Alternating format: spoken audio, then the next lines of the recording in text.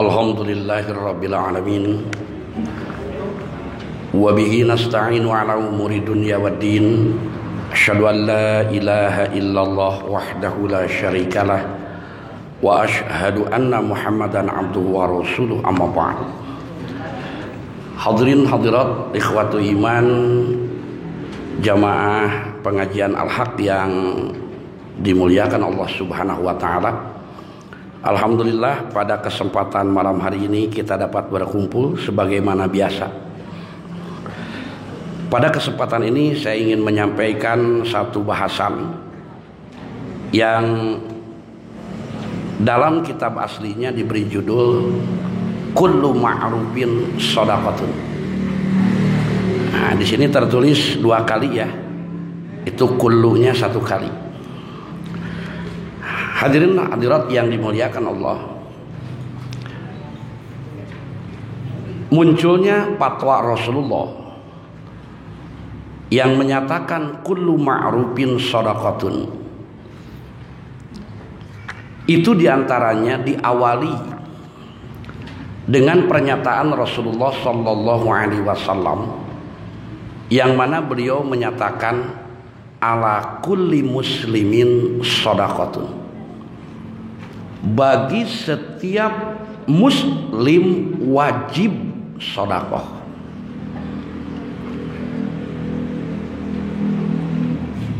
Kita tahu bahwa para sahabat Rasul ketika mereka mendengar atau mendapatkan fatwa dari Rasulullah Sallallahu Alaihi Wasallam, maka mereka berkeinginan untuk memenuhi fatwa tersebut.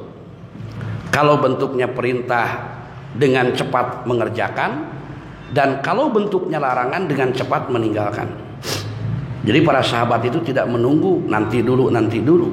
Ketika sudah jelas satu ketentuan, mereka dengan cepat mengerjakan. Menunjukkan bahwa ketaatan para sahabat Rasul itu begitu tinggi. Namun ketika mendengar pernyataan Rasul ala kulli muslimin shadaqatun, atas setiap muslim wajib sedekah, para sahabat bimbang.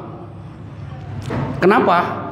Sebab kita tahu yang disebut dengan al-wajibu itu ma yusabu ala fi'lihi wa yu'aqabu ala tarakihi, itu yang pokok. Segala sesuatu yang akan mendapat pahala ketika dikerjakan dan mendapatkan siksa ketika ditinggalkan. Ini Rasul menyatakan ala kulli muslimin shadaqatun. Nah, sementara di kita masih ada atau umumnya orang beranggapan sedekah itu hukumnya apa, Pak? Apa menjadi wajib karena mendengar pernyataan barusan? Kalau infak, kalau zakat, tuh. Jadi apa bedanya zakat, infak dan sedekah?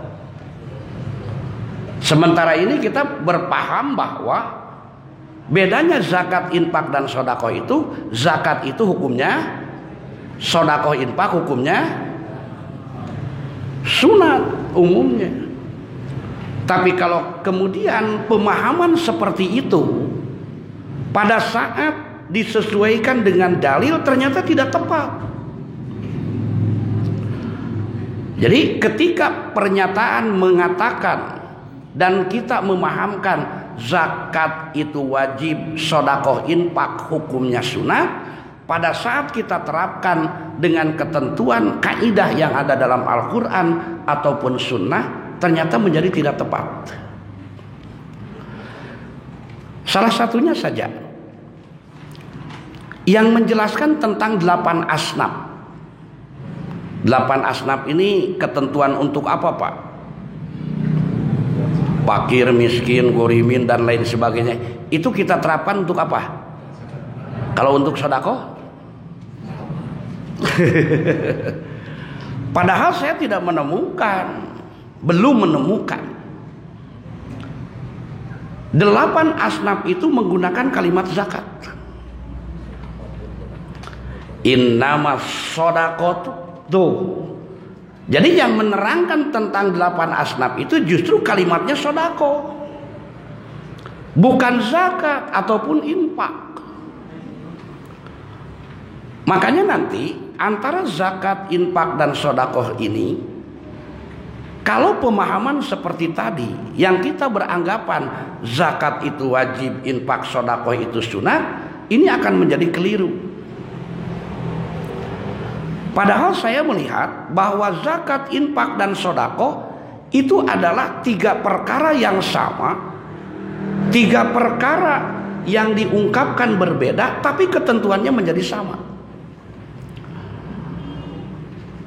Jadi kenapa ketika berkaitan dengan zakat orang beranggapan itu wajib, tapi ketika berkaitan dengan sedekah dan infak menjadi sunat? Padahal ketentuan yang menyatakan bahwa dari zakat dibagi untuk 8 asnaf yang berhak, yang nanti adalah skala prioritas. Ternyata kalimatnya bukan zakat tapi sedekah. Makanya nanti kita harus luruskan dulu istilah ini. Sebetulnya antara zakat, infak dan sedekah masih itu-itu juga. Hanya kemudian nanti yang akan menjadi berbeda, zakat kita pahamkan wajib, sedekah dan infak kemudian menjadi sunat, hanya dari sisi dalil yang ada.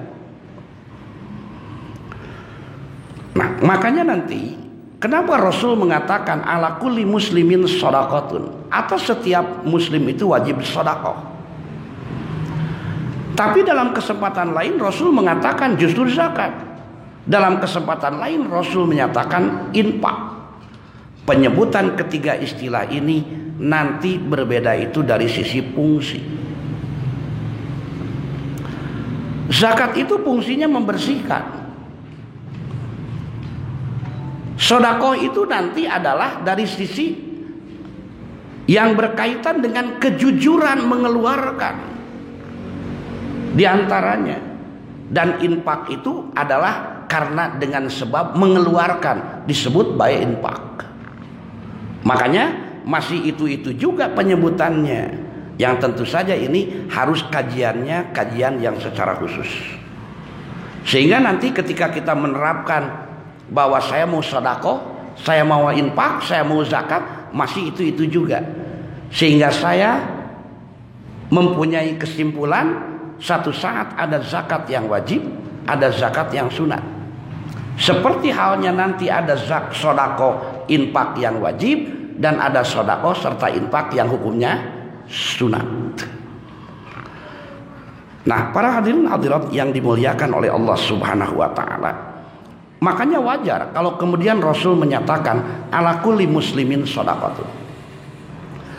Nah, seperti yang pernah kita ungkap dan sama-sama kita maklumi, bahwasannya manusia, orang yang hidup pada masa Rasulullah dengan yang hidup pada masa sekarang dari sisi karakteristiknya sama. Jadi orang yang hidup zaman Rasul dengan orang yang hidup dengan zaman sekarang, bahkan yang hidup sebelum Rasul diutus, dari sisi karakteristik tidak berbeda. Dari mana kita tahu? Di antaranya adalah ketika Allah akan menciptakan Adam alaihi salam, yang diklaim diakui sebagai manusia pertama, sehingga disebut Ibnu Adam atau Bani Adam.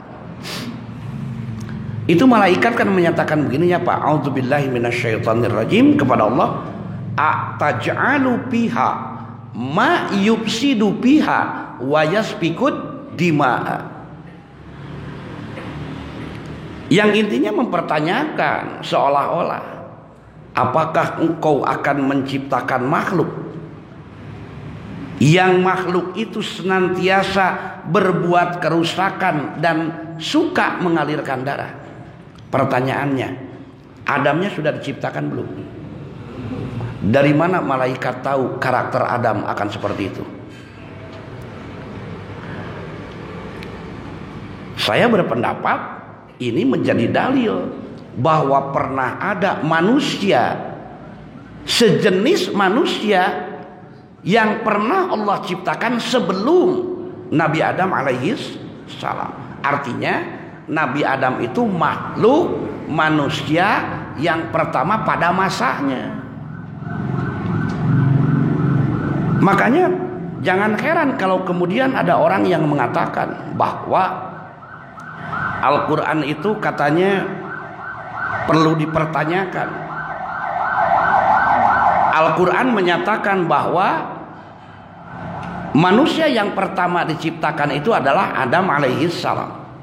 Tapi kenapa secara keilmuan ditemukan fosil-fosil manusia yang usianya lebih tua dari Nabi Adam alaihis salam? Maka dengan pernyataan malaikat kepada Allah subhanahu wa ta'ala yang tadi terjawab. Artinya fosil manusia itu tidak mustahil adalah manusia yang dinyatakan oleh malaikat ataj'alu biha ma yufsidu biha wa yasfikud dima'a. Dengan kata lain menunjukkan bahwa pernah ada makhluk sebelum manusia yang hidup pada masa sekarang, pada masa Nabi Adam alaihissalam hingga sekarang. Kenapa Allah tidak menjelaskan bentuknya dan lain sebagainya? Bukan Allah tidak menjelaskan, Allah sudah menjelaskan secara garis besarnya. Tidak dijelaskan oleh Allah karena tidak ada kaitan dengan amal. Jadi cukup diberitahukan saja bahwa ada makhluk sejenis manusia sebelum Nabi Adam diciptakan. Sudah cukup pemberitahuan itu.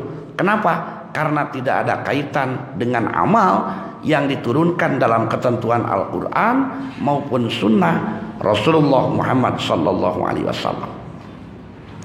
Sebab kalau ada kaitan dengan nabi-nabi sebelum Nabi Muhammad kan ada penjelasan. Sholatnya, saumnya, zakatnya, ibadah tawafnya dijelaskan, menunjukkan bahwa ada kepentingan dengan amal. Tapi ketika tidak ada kepentingan dengan amal, Allah cukup menjelaskan demikian, sudah cukup. Nah, makanya kembali lagi bahwa karakter manusia itu sama seperti kita yang hidup pada masa Rasulullah. Ketika mendengar Rasulullah menyatakan ala kulli muslimin shadaqatun, kemudian dengan serta-merta sahabat protes. Mereka mengatakan, ya Rasulullah, dengan pernyataan dan ketentuan itu menjadi berat bagi kami, menjadi sesuatu yang mungkin kami tidak bisa mengerjakannya. Yang nanti bisa dilihat dalam penjelasan dua hadis yang disebutkan. Maka kemudian Rasulullah menjelaskan seperti yang diungkapkan dalam penjelasan yang paling bawah dulu. An Abi Dzarrin radhiyallahu anhu, dari Abu Dzar, bahwa beberapa orang annasan min ashabin Nabi sallallahu alaihi wasallam qalu lin Nabi sallallahu alaihi wasallam. Beberapa orang sahabat berkata pada Nabi, yang mereka mengatakan, ya Rasulullah, wahai Rasulullah, zahaba ahlu dusuri bil ujuri. Kata mereka, orang-orang kaya telah pergi dengan membawa banyak pahala. Yang mana mereka mengatakan, yusalluna kama nusalli wa yasumuna kama nasu wa yatasaddaquna bipuduli amwalihim. Mereka itu sholat seperti kami sholat, mereka saum seperti kami saum, dan mereka dapat bersedekah dengan kelebihan harta mereka. Jadi mereka menyampaikan alasan, ya orang kaya bisa sodako, saya orang yang punya kelebihan harta bisa sodako. Kalau kami sholat bisa, saum bisa, tapi sodako kami kalah oleh mereka. Artinya semangat sahabat untuk mengerjakan perintah itu besar, tapi kemampuan terbatas. Kemudian maka setelah mendengar hal itu, beliau kemudian bersabda, kata Rasulullah apa? Awalaisa qad ja'alallahu lakum ma tasaddaquna. Bukankah Allah telah menjadikan bagi kalian sesuatu yang dapat kalian sedekahkan? Nah, mulai Rasulullah membuka cara berpikir orang-orang. Apa kata Rasulullah? Inna bikulli tasbihatin sedekah, wa kulli takbiratin sedekah, wa kulli tahmidatin sedekah, wa kulli tahlilatin sedekah. Kata Rasulullah, sesungguhnya setiap kali kalimat tasbih itu nilainya sedekah. Setiap kalimat takbir sedekah, setiap kalimat tahmid itu sedekah, dan setiap kalimat tahlil itu pun sedekah. Jadi Rasulullah memberi gambaran begitu mudah bersedekah itu. Artinya Rasulullah memberi gambaran yang disebut dengan sedekah itu tidak hanya serta-merta dengan harta saja. Coba Bu, Pak, kalau kita mendengar kalimat sedekah yang tergambar apa? Uang, barang. Karena mereka berpikir bahwa yang disebut sedekah itu hanya sebatas memberikan uang, memberikan barang. Bahkan Rasulullah menggambarkan, wa amrun bil ma'ruf sedekah, wa nahyun anil munkar an munkarin sedekatun, wa fi bud'i ahadikum sedekatun. Kata Rasul, beliau menyampaikan lagi, memerintah atau menyuruh kepada yang ma'ruf adalah sedekah, mencegah dari yang munkar sedekah, dan salah seorang dari kalian bercampur itu dengan istrinya itu pun sedekah. Jadi Rasulullah menggambarkan berbagai aspek, dari sisi harta, dari sisi peribadahan, dari sisi yang berkaitan dengan kemanusiaan disebutkan sedekah. Ternyata begitu mudah gitu. Makanya kemudian mereka bertanya, ya Rasulullah, ayati ahaduna syahwatahu wa yakunu lahu biha ajrun. Jadi maaf, berkaitan dengan pernyataan Rasul yang terakhir, bahwa apakah dengan bercampur dengan istri itu menjadi sedekah? Apa kami akan mendapat pahala? Dengan diplomatis Rasulullah menyatakan begini, ara'aitum law wada'aha bi haramin akana alaihi biha wijrun. Apa pendapat kalian seandainya ia melampiaskan syahwatnya pada perkara yang haram, bukankah ia akan mendapat siksa? Artinya, kalau menempatkan hal itu di tempat yang dilarang, maka menimbulkan siksa. Masa menempatkan dan melakukan sesuatu yang halal tidak mendapat pahala? Nah, jadi mudah sebetulnya. Sampai hal yang seperti itu saja oleh Rasulullah diungkapkan. Maka kata Rasulullah sallallahu alaihi wasallam, "Pakadzalika idza wada'aha fil halali kana lahu ajrun." Maka demikian pula jika ia melampiaskan syahwatnya pada yang halal, maka ia akan memperoleh pahala. Menunjukkan itu ibadah bagi orang Islam. Betul Pak, ibadah bukan? Betul Bu, ibadah? Ya, betul. Apa cirinya? Itu ada anjuran sebelum mengerjakannya dengan bentuk doa, ada tata caranya, ada aturannya, ada larangan-larangan yang tidak boleh dilakukan, yang dilakukan oleh orang-orang di luar Islam. Kenapa kita harus berdoa? Dengan doa bismillahi Allahumma jannibna syaitan wa jannibi syaitan, menunjukkan itu bentuk dari bagian ibadah. Sebab kalau sudah berbentuk ibadah ada aturan, tidak bisa sembarangan. Makanya wajar kalau kemudian orang mengerjakan hal yang seperti itu mendapat pahala. Seperti kalau dia melakukan bukan pada hal yang dihalalkan, maka dia akan menjadi dosa. Nah, makanya setelah menjelaskan ini, kemudian Rasulullah diantara menyatakan kullu ma'rufin shadaqatun.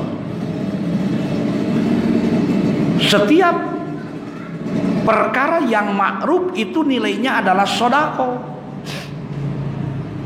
Apa ma'ruf itu ya, Bu? Ma'ruf artinya apa? Baik. Kalau khairun? Kalau hasanun? Jadi apa bedanya? Makanya mungkin terjemahnya sama tapi ungkapannya beda, maka ini akan mempunyai makna yang berbeda, tujuan yang tidak sama. Nah, kalau kemudian dikatakan sesuatu itu baik tapi dengan kalimat khairun, maka sesuatu yang menggunakan kalimat khairun itu adalah satu perkara yang baik menurut aturan, dalam hal ini menurut agama, belum tentu baik menurut manusia, itu khairun. Makanya kalau ibu bapak mendapatkan kebaikan dari orang, doanya apa? Jazakumullahu, pakai kasiron tidak? Pakai jazakumullahu khairan saja atau jazakumullahu khairan kasiron? Pakai tidak kasiron, Bu? Kalau tidak pakai? Sebab saya pernah ditegur ketika saya mengatakan jazakumullahu khairan kasiron, dengan cepat saya ditegur. Itu katanya Ustaz bid'ah. Kenapa? Karena hadis yang pakai kasiron dhaif. Baik, kalau begitu saya katakan, saya akan mendoakan semoga Allah memberikan balasan kepada Anda dengan balasan yang lebih baik dan lebih banyak. Boleh tidak? Boleh. Iya, jazakumullahu kasiron itu. Masa pakai bahasa Indonesia boleh, pakai bahasa Arab tidak boleh? Nah, di sini perlu hati-hati gitu. Jadi dengan cepat kita membid'ahkan. Jangan dengan cepat, dengan serta-merta kita menyalahkan. Nah, jadi yang tidak boleh itu, Bu, menentukan dan menetapkan kalau ada orang berbuat kebaikan, jawabnya atau doanya jazakumullahu khairan kasiron, itu tidak boleh. Kenapa? Karena dalilnya dhaif. Tapi kalau kita mau berdoa dengan membaca doa jazakumullahu khairan kasiron, boleh. Awas ya, jangan salah. Kalau kita menentukan, kalau ada orang yang memberi, kalau ada orang yang memberikan kebaikan, doakan ya jazakumullahu khairan kasiron, itu doanya. Nah, ini tidak boleh. Tapi kalau begini, kalau ada orang yang membuat kebaikan, doakan saja dengan jazakumullahu khairan kasiron, itu boleh. Seperti begini, dulu kita kan kalau membaca doa buka saum, yang sering kita baca apa? Allahumma laka. Kemudian tidak boleh dipakai. Kenapa tidak boleh? Kalau ada orang tidak bisa dengan Allahumma laka sumtu kalimatnya, kemudian pakai bahasa Indonesia, ya Allah, ya Tuhanku, aku saum karena Engkau, dan kepada Engkau aku beriman, dan dengan rizki yang Engkau berikan aku berbuka. Boleh tidak? Iya kan, itu Allahumma laka sumtu wa bika amantu wa ala rizkika aftartu. Nah, ini jadi nanti salah kaprah. Makanya tidak boleh menentukan kalau mau buka saum doanya harus ini. Nah, itu tidak boleh menentukan hukum. Tapi kalau mau berdoa dengan kalimat itu, toh tidak bertentangan, tidak terlarang, isinya bagus, tidak menjadi persoalan. Nah, makanya harus dibedakan dulu nanti yang tidak boleh dan mana yang boleh dibaca. Jadi kalau untuk dasar hukum menetapkan ketentuan harus membaca itu tidak boleh karena dhaif. Tapi kalau ada yang berdoa dengan bacaan itu, jangan disalahkan begitu, karena kalimatnya tidak salah. Nah, para hadirin hadirat yang dimuliakan Allah, jadi khairun itu adalah sesuatu yang baik menurut ketentuan, belum tentu menurut kita. Makanya kalau kita mendapatkan memberikan kebaikan, mendapatkan doa itu, jangan berharap seperti yang tergambar dalam pikiran. Satu kebaikan menjadi 7. Setiap satu dari yang 7 ada 100. Berarti kalau 1000 jadi 700.000. Ditunggu-tunggu sampai setahun gak datang-datang, kecewa akhirnya. Sudah saja kita memberikan kebaikan, mengharapkan pahala dari Allah, itu sudah cukup. Nah, makanya para hadirin hadirat, itulah penggunaannya. Yang kedua, ada juga penggunaannya, kalimatnya hasanun, kadang-kadang dengan kata ihsan. Ini adalah satu kebaikan, yang kebaikan ini dianggap baik oleh manusia, tidak bertentangan dengan ketentuan. Itu hasanun. Atau juga sering dimaknai hasanun itu kebaikan yang mempunyai nilai lebih dari yang ditentukan. Kalau kita kewajiban zakat fitrah itu berapa, Pak? 2,5 kilo atau 3 liter? Sebut 2,5 kilo saja. Di rumah ada 5 orang anggota keluarga, menitipkan kepada Amil 15 kilo. Dia membayar zakat per orang berapa? Sekali lagi, kewajiban membayar zakat fitrah itu 2,5 kilo. Ternyata 5 orang keluarga menitipkan kepada Amil zakat 15 kilo. Berarti per orang zakat fitrahnya berapa kilo? 2,5 kilo. Anger. Tadi kan sudah diberitahukan kewajibannya 2,5 kilo. Dalam satu keluarga ada 5, menitipkan 15 kilo. Zakat fitrahnya berapa? 2,5 kilo. Lebihnya ihsan. Jadi tetap saja zakat fitrah nama 2,5 kilo. Yang lebihnya itulah ihsan. Atau digunakan juga ya kalimat hasan itu untuk kebaikan yang mempunyai nilai lebih. Makanya kenapa ya Bu, berbuat baik kepada orang tua kalimatnya wabil walidaini. Berbuat baik kepada orang tua wajib hukumnya. Di sisi kewajiban itu harus ada nilai lebihnya. Kalau sebut kewajiban lah dalam arti membayar, wajibnya 10.000 atau 15.000. Yang wajibnya terpenuhi, yang 5.000-nya ihsan. Artinya berbuat baik kepada orang tua selain kewajiban harus ada nilai lebih. Makanya kalimatnya wabil walidaini Kadang-kadang baik itu digunakan juga dengan kalimat birrun. Artinya baik. Kenapa?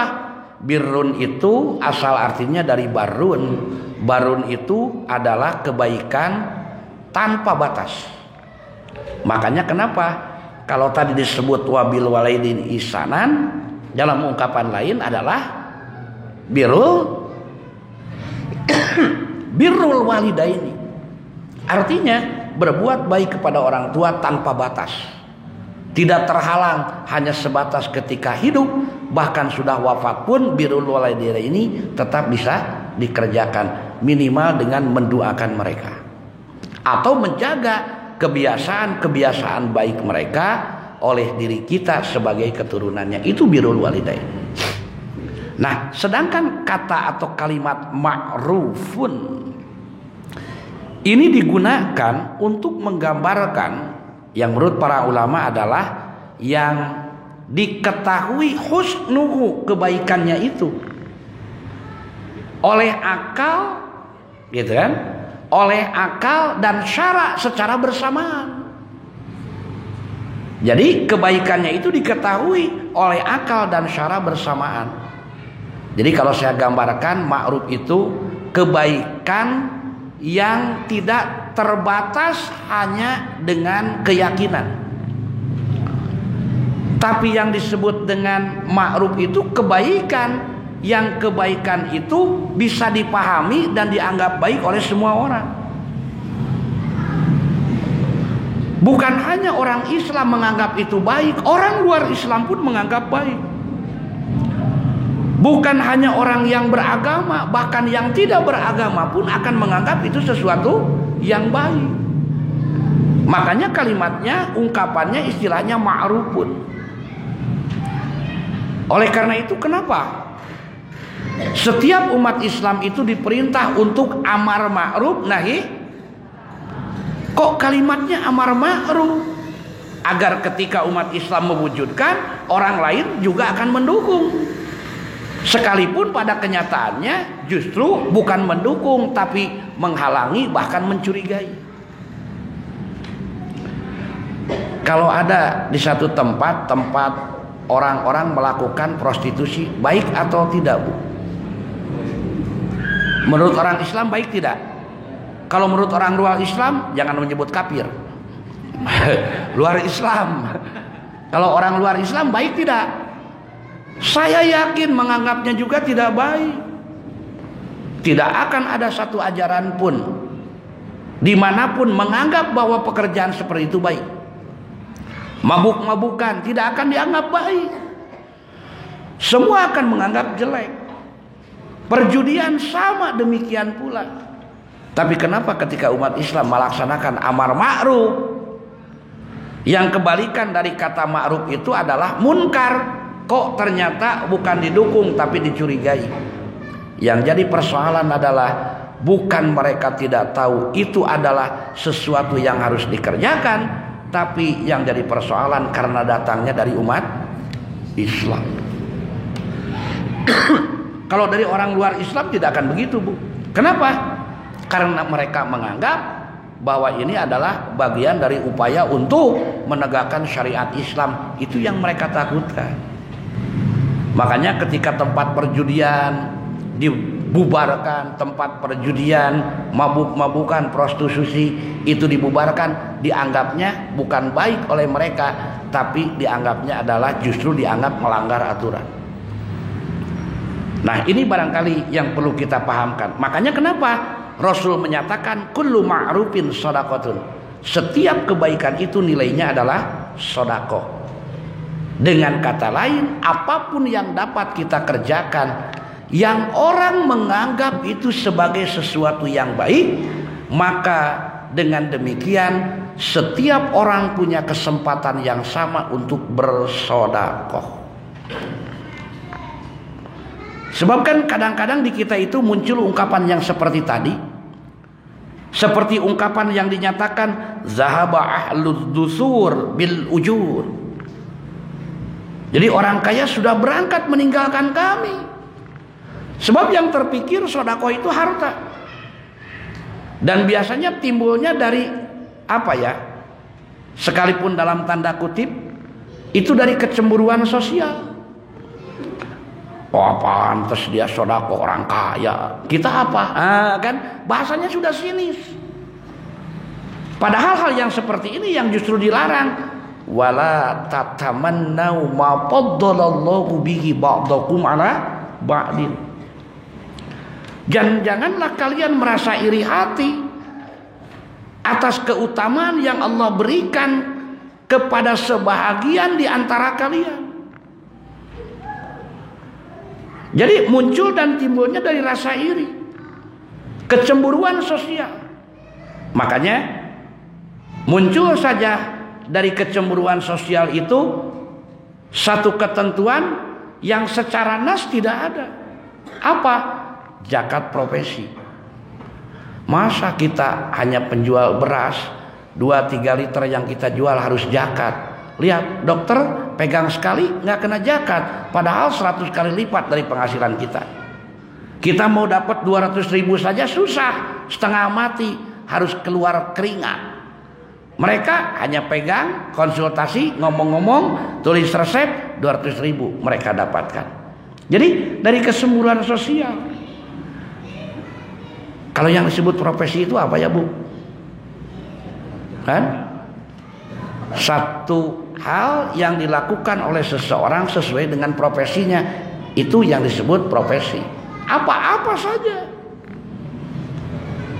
Kenapa hanya dokter gitu kan? Hanya insinyur yang jadi sorotan. Tukang beca tidak jadi sorotan. Padahal tukang beca juga itu profesi.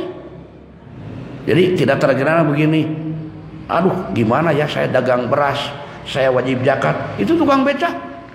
Padahal sama profesi, kenapa tidak kena zakat? Tidak pernah muncul demikian. Tapi munculnya kepada yang lebih atas. Apa? Ya kecemburuan sosial yang tadi. Nah inilah yang nanti barangkali akan ada ketentuan-ketentuan sehingga seolah-olah zakat itu wajib, sedekah itu sunat, infak itu sunat. Padahal semuanya sama. Makanya kenapa Rasul menggunakan kalimat yang umum, kullu ma'rufin shadaqatun. Artinya setiap orang punya kesempatan, setiap orang mempunyai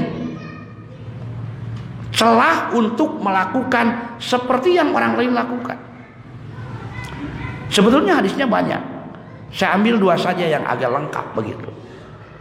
Makanya di dalam hadis yang di sini diangkapkan an Abi Hurairah radhiyallahu anhu qala. Dari Abu Hurairah dia berkata, qala Rasulullah sallallahu alaihi wasallam, Rasul bersabda, kullu sulama minan nasi alaihi shadaqatun. Setiap anggota tubuh manusia dapat melakukan sedekah tubuh. Tangan bisa sedekah, kaki bisa sedekah, mata bisa sedekah dan lain sebagainya. Kullu yaumi tatlu'u fihi syamsu ta'dilu bainas naini shadaqatun. Setiap hari di mana matahari terbit lalu engkau berlaku adil terhadap 2 orang. Nah, yang mereka itu apa? Bertikai, itu adalah sedekah. Memisahkan orang yang mau bertikai itu sedekah. Padahal kita tidak punya kepentingan, tapi dengan niat untuk kemaslahatan, maka dengan demikian kita mewujudkan hal yang tidak kita gambarkan, itu adalah bagian dari sedekah. Kemudian diungkapkan watu inur rajula bidabatihi patah miluhu alaiha aw tarfa'u lahu alaiha mata'ahu shadaqatun.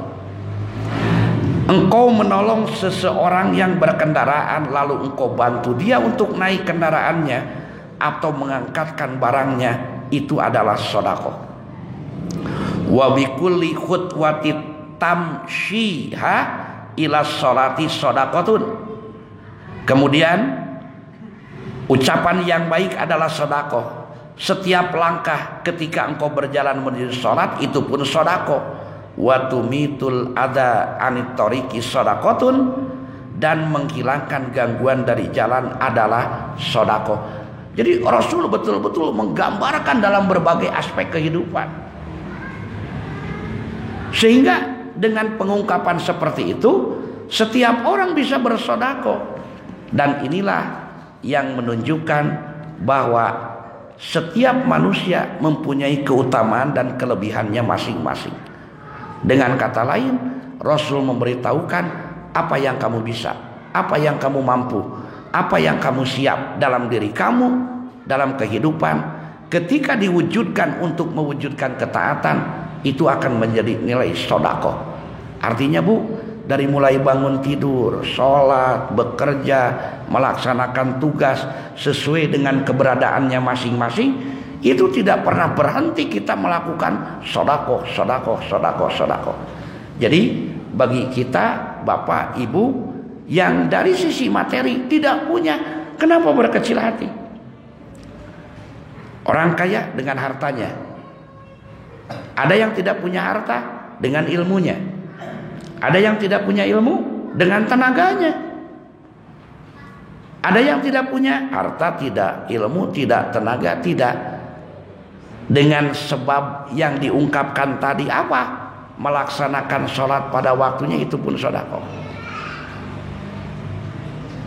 Mengesam meminggirkan duri di jalanan yang bisa membahayakan, itu sedekah. Bahkan dalam riwayat diungkapkan ketika berjumpa dengan orang yang dia kenal dengan wajah yang berseri-seri, dia pun sudah bersodako bagi dirinya. Artinya jumpa dengan orang yang kenal tidak membuat orang menjadi kepada kita bertanya-tanya, sekalipun kita tidak suka, tapi wajah kita perlihatkan bahwa kita tidak memperlihatkan itu sudah sodako. Jadi gampang Bu, Pak.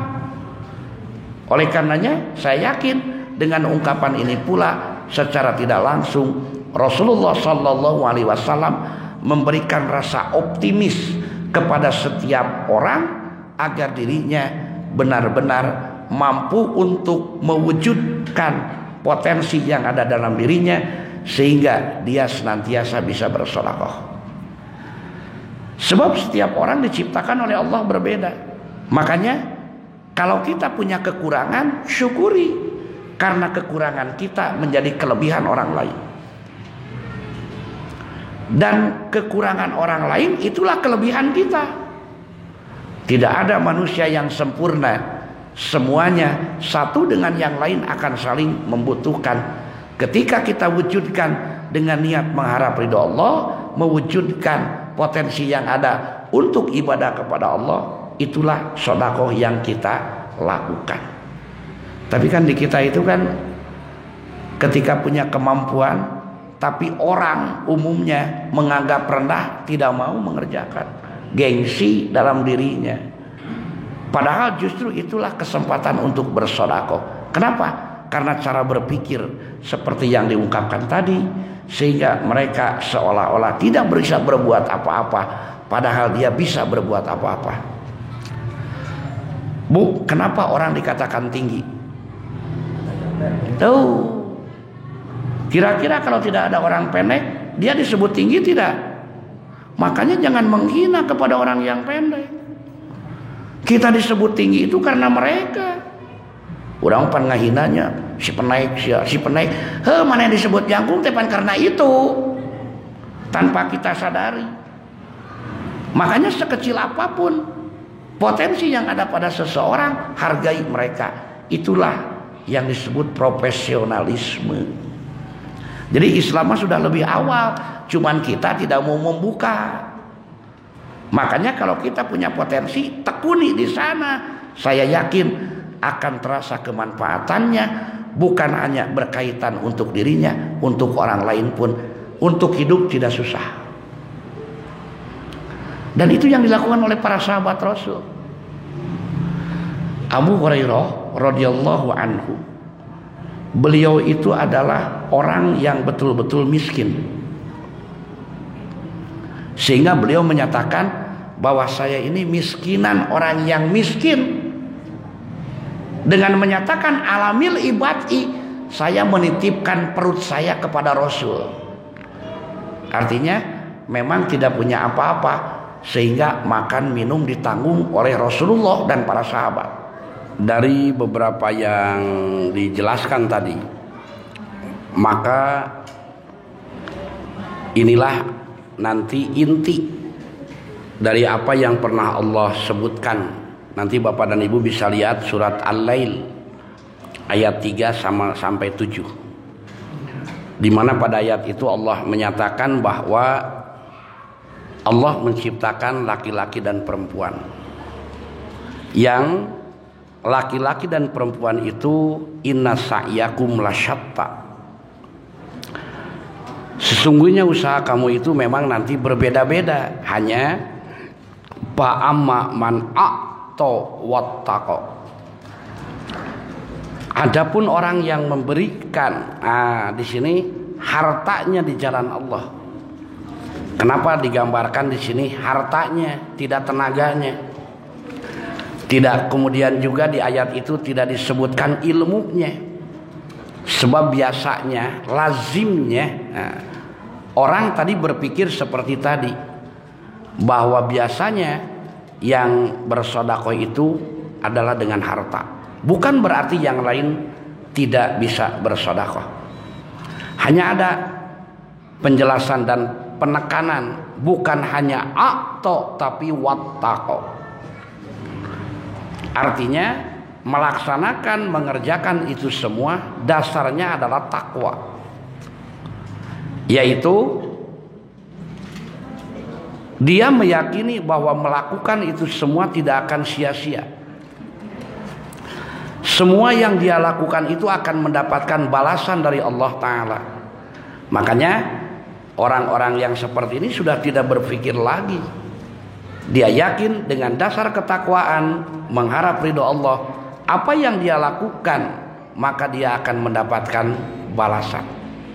Nah, maka dari itu bagi kita tentu saja menjadi dorongan bahwa Allah menciptakan manusia dengan berbeda-beda kemampuan, dengan berbeda-beda tingkatan, baik harta, ilmu, fisik dan lain sebagainya.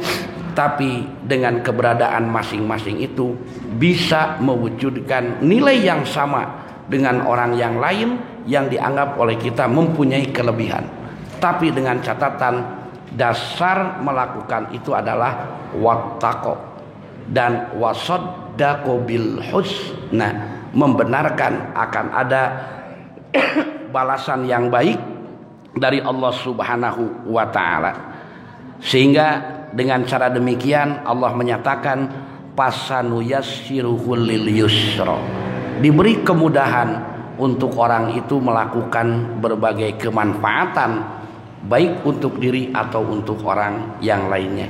Tinggal kembali kepada diri masing-masing, di mana posisi kita, apa kemampuan kita, apakah mau untuk kita wujudkan sehingga menjadi nilai sedekah bagi diri kita dan mendapatkan nilai pahala di sisi Allah Subhanahu wa ta'ala. Saya akhiri saja. Mohon maaf apabila ada kata yang kurang berkenan. Aqulu qauli hada wa astaghfirullah li wa lakum. Assalamualaikum warahmatullahi wabarakatuh.